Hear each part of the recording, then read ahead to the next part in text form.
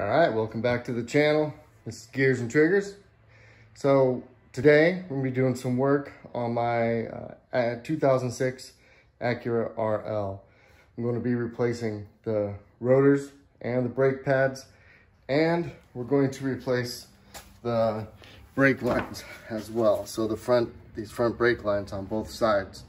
The rotors look great. The pads look great. The problem is that they're warped a little bit. So after some digging and some researching and communication, I've replaced quite a bit underneath the front end of this car. And we think that there's the possibility that these brake lines, they're the only thing that have not been replaced, 180,000 miles on the car.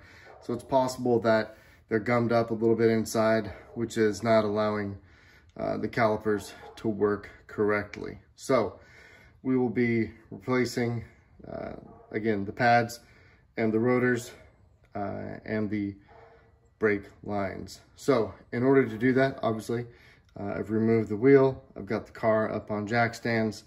Both front wheels are removed. We're gonna go ahead and replace or get rid of the hardware here. And so we can pull the brake pads out. This and this are gonna be removed. It's a 19 millimeter. And then obviously the rotor can come off. These set screws, or these screws that help hold on the rotor to the hub, these will come off as well. Obviously be able to pull it off. What I'll do then is I'm gonna take a clamp. I'm gonna clamp the hose right here and unscrew it and put on the new line. And then I'll unscrew this and I'll lose some brake fluid, of course, but I'll put the new line back up on there as well. And then we've got plenty of brake fluid to come and replace what we're gonna lose. So let's go to what we've got. This time I've tried a couple different brands. So this time I'm trying R1 Concept. Their pads look fantastic. Quality build. Got their rotors as well. Look really good. There's the two new brake lines that are gonna go on. Here is the brake line clamp tool. This is a convenient tool to get the set screws out from the rotors, because with the heat they get on there pretty good. So you put the Phillips bit on here, smack it with a hammer, and it helps break it loose. Brake cleaner, brake fluid. For me, we're using a breaker bar. Here's the socket for my lug nuts, a 7/8 to go over the top of that.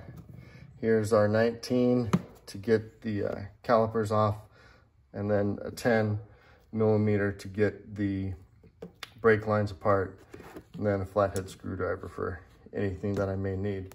So what I'm gonna do is I'm gonna go ahead and we're gonna get into it. We're gonna replace the rotor. We're gonna replace the brake pads. I'm gonna replace the brake line as well.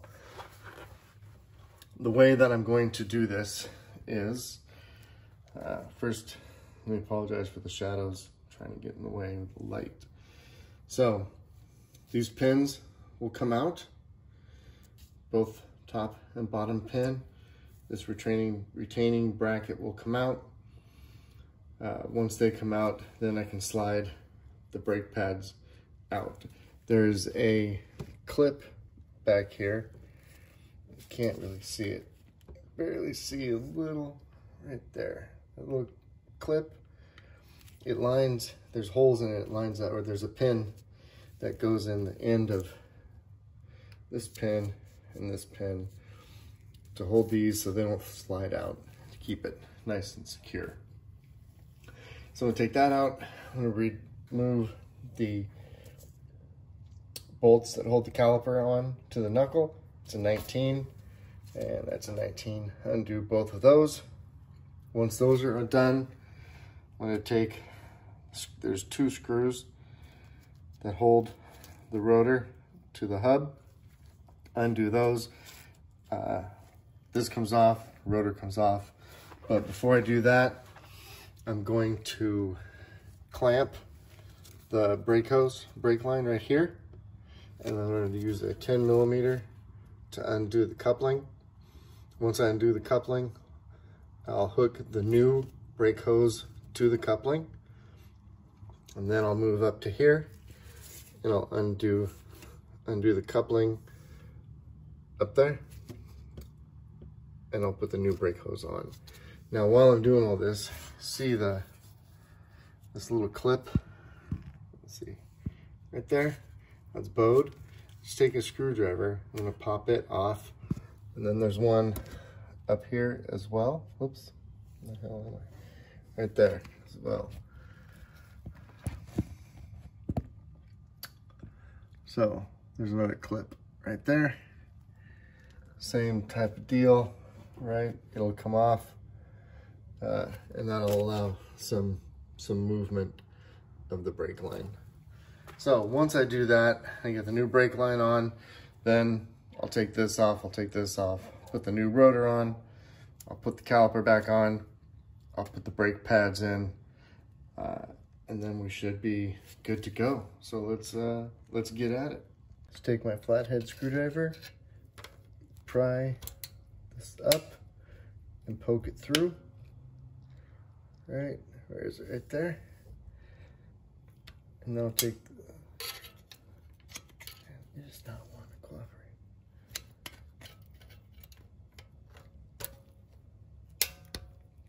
Push it through. Get my flathead on the back side, right? It's hard to see because of the light, but you can see that where I'm prying it out. Pry it out.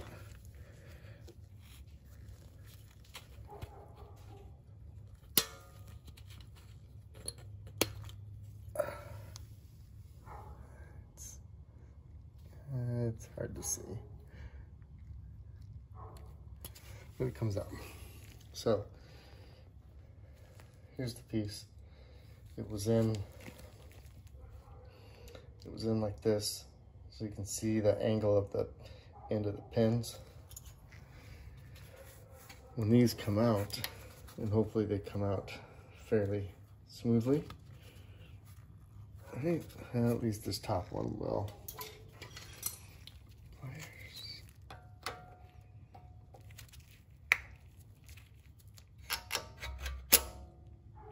So as it comes out, you can see orientation of that hole, right? If it's turned up here, you won't be able to get that retaining pin in. So make sure it's turned kind of facing out and down a little bit. And then this bottom one is going to be facing out and up a little bit. Okay. The bracket came off. It was held in by the pins on either side. These pins hold that bracket on. They go through these holes right here, and then they go through the hole in the brake pad. So the brake pads have it on, or both sets of brake pads has that, right? So I'm just gonna take my screwdriver,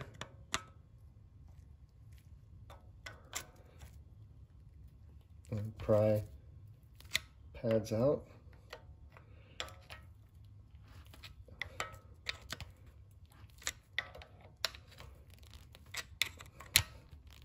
I'm going to try, give it some force, but they're coming out slowly but surely.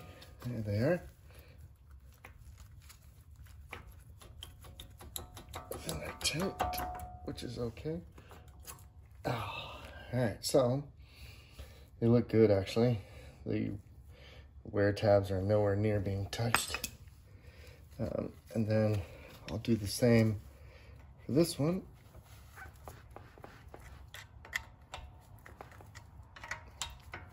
It takes a minute. Get them out.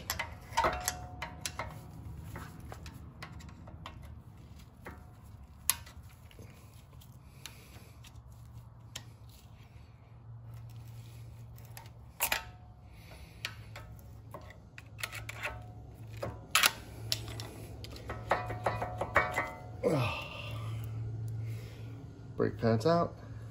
it looks good. So now brake pads are out. I will be cleaning this surface down here where the brake pads slide, to make sure that they're sliding nice and neat and easy. Nice and neat. They're pretty dirty, but that's okay. So undo the 19s just to make it a little bit loose. Actually, like I said, I'm going to do this first. So I'll take care of that. So I've clamped the brake line with my brake line clamping tool. And before I pulled these retaining clips out on both the top and the bottom, I used my 10 mil and broke it loose. When I did the other side, I took these clips out first, and then I tried to break it loose, and it was much more difficult. This time, it was really actually pretty easy with these retaining clips in to break that loose. So now I'll be able to undo it fairly easy. Just a little tip.